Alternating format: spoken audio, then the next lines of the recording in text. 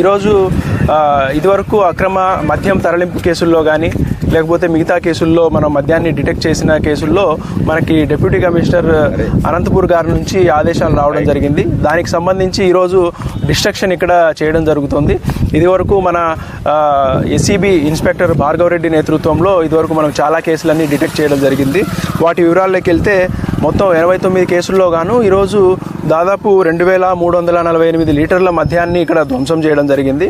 వీటిలో ఇంకా in depth details లేక మనం వెళ్తే మొత్తం 77 ఎన్డీపీఎల్ కేసులు, అంటే అక్రమంగా ఇతర రాష్ట్రాల నుంచి మన రాష్ట్రంలోకి ఈ ఎమ్మిగనూరు పరిధిలో వచ్చిన మద్యం చూసుకుంటే 77 కేసుల్లో 2293 లీటర్లు.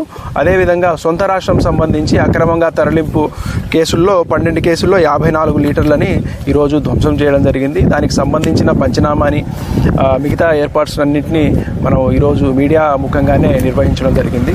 Thank you.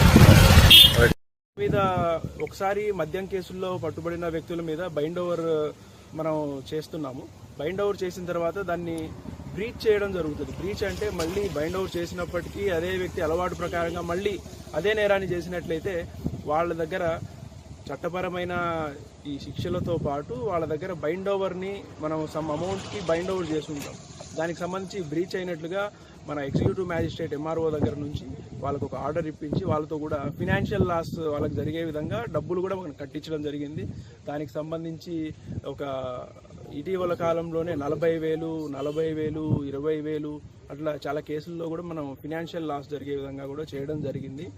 అయితే ఇంకా ఒక 2-3 కేసులు దానికి సంబంధించి కూడా మేము ఎక్స్టర్న్మెంట్స్ అంటే జిల్లా బహిష్కరణ సంబంధించి ఆ ప్రపోజల్స్ కూడా రెడీ చేస్తున్నాము.